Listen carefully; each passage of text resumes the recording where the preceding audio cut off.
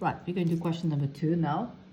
So figure 1 shows a cell used to measure the standard electrode potential for the half cell. So this is the half cell of magnesium, and there's also half cell of hydrogen there. So the first question is, two half cells connected together, state the purpose of a salt bridge.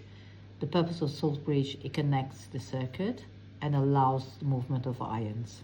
Okay, so allows the circuit to be completed and allows movement of ions between cells.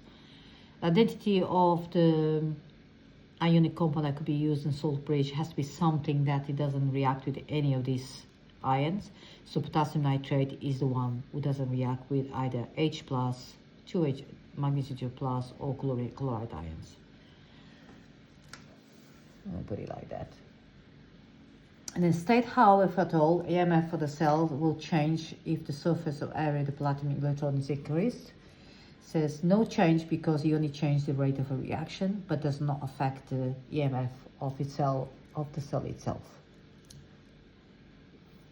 Right, the standard electrode potential E cell for the half cell is shown below. So that's one of the half cells. Water is added to the beaker containing magnesium chloride solution. What is the effective magnitude of the EMF of the cell? So EMF will increase. The reason for that, if you add water, the equilibrium will shift to the left-hand side. Therefore, the E cell is going to become more negative. Therefore, EMF increases. Then he says, question number 2.4, the voltmeter V is replaced by a bulb. Given an equation, overreaction occurs when the cell is operating. So you got the two half cells there. So that will be reduction because it's 0.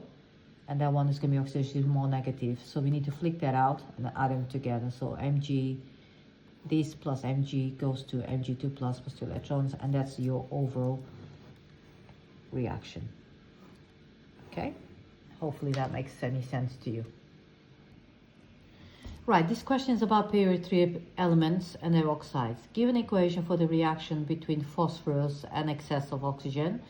So you have to know that because when you do the period 3 oxides, you learn all these equations. So it's P4, you can always put 4P, they accept that, plus 5 oxygens gives you P4O10. So that's the equation.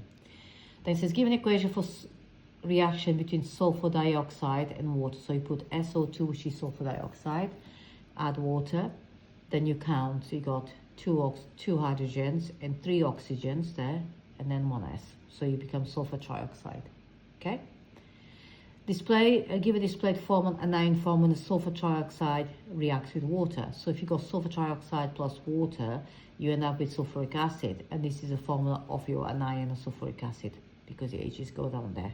Okay, so that's the displayed formula. You got to show every single bond of it.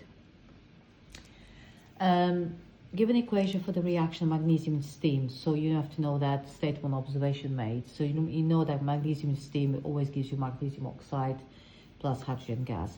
You don't have to put the state symbols, but that shows that's a solid, that's a gas, that's a solid, that's a gas. And observation made is going to be a white solid observed. And the last one, 3.5, given an equation to show the excess magnesium oxide reacts with phosphoric acid. So you got magnesium oxide plus phosphoric acid, gives you magnesium phosphate plus water, okay?